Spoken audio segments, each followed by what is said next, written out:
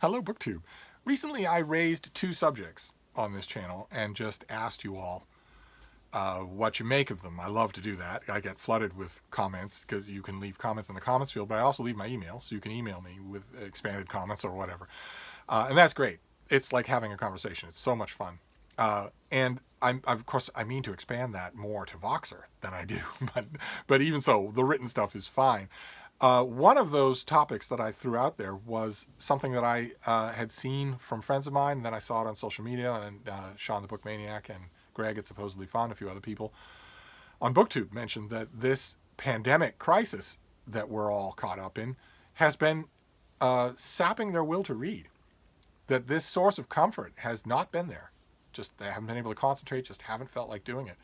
I put the question out there, are the rest of you feeling that? And oh my God, I got bombarded with responses. And for every one or two saying, no, thank God, my reading is it's how I'm living. It hasn't deserted me. In fact, it's stronger than ever. For every one or two of those I got 100 people saying, yeah, I can't read anymore. I can't at all read anymore. I look at books and I don't even know what to do.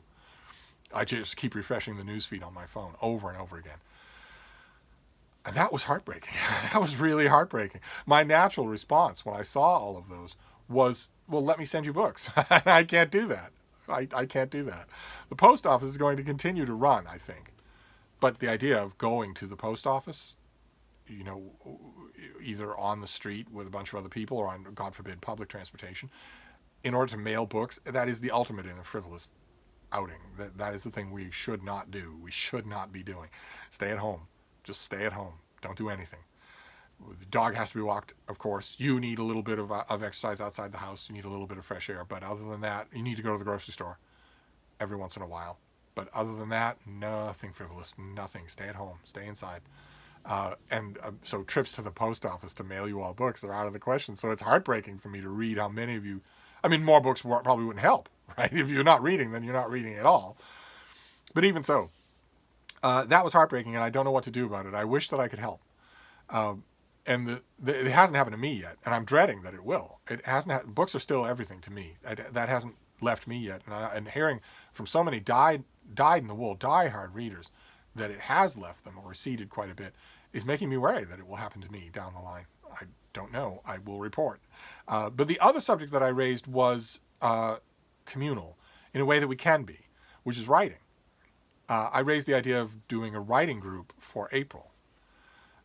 So take the rest of March to organize and get your ducks in a row for what you want to write, and then we'll all write together in April as a means of community, because that can be a great distraction, which is what we all need. We need distractions. As long as you're doing what you're doing, as long as you're doing things correctly, wash your hands before you eat, stay away from other people, limit your outside exposure to absolute necessities. As long as you're doing that, then you're doing what you can, and therefore, I might point out, watching the news is totally useless. All it does is make you agitated, and I firmly believe that it is at heart the reason why a lot of you aren't reading is because you're down the ultimate rabbit hole of watching the news and feeling worse and worse, more and more worked up with nothing to do about it. It'd be one thing if there was an outlet, but there isn't. You're just working yourself into a tizzy for no good effect. Well, you know already what to do. One distraction that I thought might work was writing. So I proposed that we all write in April. And the method that I thought would be easiest would be Camp NaNoWriMo, which just by coincidence happens in April. Those of you who are new to the subject, NaNoWriMo is National Novel Writing Month, which happens in November every year, where hundreds of thousands of people all over the world come together to write a novel of 50,000 words in the month of April, 1,667 words a day. And there's merchandise, and there are forums, internet forums on the NaNoWriMo site, and in previous years there have been physical meetups where you look up your town, your city, and there's a meetup happen. Almost always there'll be a meetup where you can go and meet with other NaNoWriMo people and work in their physical presence. I don't think that's going to happen in November. But the virtual stuff has always been the heart of NaNoWriMo, and they do a great job of it. And if I were them, if I were the powers that be at NaNoWriMo, I would start a writing group of a writing event of some kind or other every month for the rest of 2020. There's one in April. That's Camp NaNoWriMo. There's one in July. And then there's the big one, the main one in November. If I were them, I would do one in every month. You're not going to hurt your brand. Everybody loves NaNoWriMo, and everybody needs it more than ever now. And I thought the easiest way to do writing in April amongst us would be to do that. Would be to just the superstructure is already there. That makes it much more convenient than reinventing the wheel. Everybody loves NaNoWriMo. So you would just go and either revive your account if you have one already, or make an account if you don't. And Camp NaNoWriMo used to work in cabins to sort of simulate the summer camp atmosphere of Camp NaNoWriMo. One way that simulated the sort of relaxed air of summer is that Camp NaNoWriMo does not have that 50,000 word requirement. It does not have that daily word count that you've got to keep up. And it's also not just fiction. NaNoWriMo is just fiction. It's just a novel. Whereas Camp NaNoWriMo can be anything. And you set your own word count. You set your own word goal. And you just, the goal is more relaxed, more amorphous, and more fun. I myself think that NaNoWriMo in November is tons of fun, but some people stress out about it. I would argue that if you want to be a writer, that kind of stress is very good for you. That kind of stress helps you to build good habits. Oh. NaNoWriMo doesn't have the bean as a mascot. They should, shouldn't they? Oh. Shouldn't they have you as a mascot? They should. Oh. Oh. Anyway, that's the way Camp NaNoWriMo used to be. They've changed that designation just a bit. Now it's writing groups, not cabins. But they've kept the limit. It used to be your cabin could only be 20 people. And the writing group, as far as I know, the writing groups can still be only 20 people. So what I was thinking is that in April, we make a writing group. I don't imagine, I mean, there are a lot of you out there, but I don't imagine there are more than 20 of you that want to do this. I wished there were 200 of you that did. I think it'd be good for all of you to do it. Everybody should write. And everybody should write now more than ever. But I was thinking, at least at first, I mean, you can make as many groups as you want. So I was thinking that at least at first, that's what we would do. We'd make a writing group for Camp NaNoWriMo in April.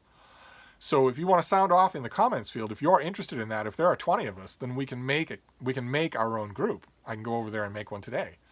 And we can all just join it. And then that will be a pre-made technological hub where we can go and just virtually hang out, talk about our writing. I would love to do that. I'm going to spend the rest of today, a bit of tomorrow, all of tonight, coming up with what I want to do. I'm not going to work on anything extant. I'm going to work on something new. I like to work on new things with NaNoWriMo, and that's what I'm going to do here as well. So I'm not going to do any older project. I like the boost that it gives you for something new. I just have to figure out what I want it to be, because with Camp NaNoWriMo, it can be anything. It doesn't have to be a novel. I would suggest that you all do the same thing. Take a little while to, first of all, decide whether or not you want to be in this writing group, and then sound off in the comments field, because I haven't made one yet. I'd have to go to Camp NaNoWriMo and make one, and then we could all join. And then decide what you want to do, and get all the stuff that all the mental preparation, all the online preparation that you need to do to get it done. I've heard from a few of you who had in mind to do ambitious nonfiction stuff, genealogical in one case, local history in another, and that you realize obviously you can't do that for April, because none of the material is available. A lot of that stuff is analog. It's not online, so you couldn't assemble it, and you'd know if you tried, you'd know the whole time that you're going to have to redo it. So I would pick something else. Pick something where the whole support system is online, that you don't leave the house to do it, and that's my suggestion. I wish that there were something more that I could do about the light of reading going out. I wish that I could send you books, but I can't do that. But we can make a writing group, or more than one writing group, depending on how much interest there is. If there are 20 of you who are interested in doing this, then I'd love to do it for Camp NaNoWriMo, just make our own writing group. So I'm going to leave this here for there. I'd very much like to do this. I'm going to do Camp NaNoWriMo anyway. If I don't get any interest in starting a writing group of our own, then I'll just ask to join somebody else's writing group. But I'd like to start one, amongst us. I'd like you all to write. So I'm going to leave this for there. Sound off in the comments field about whether or not you're interested, and then we'll go from there. So that's your writing update, your reading and writing update. I'll wrap this up, but I will see you soon. Thank you, BookTube.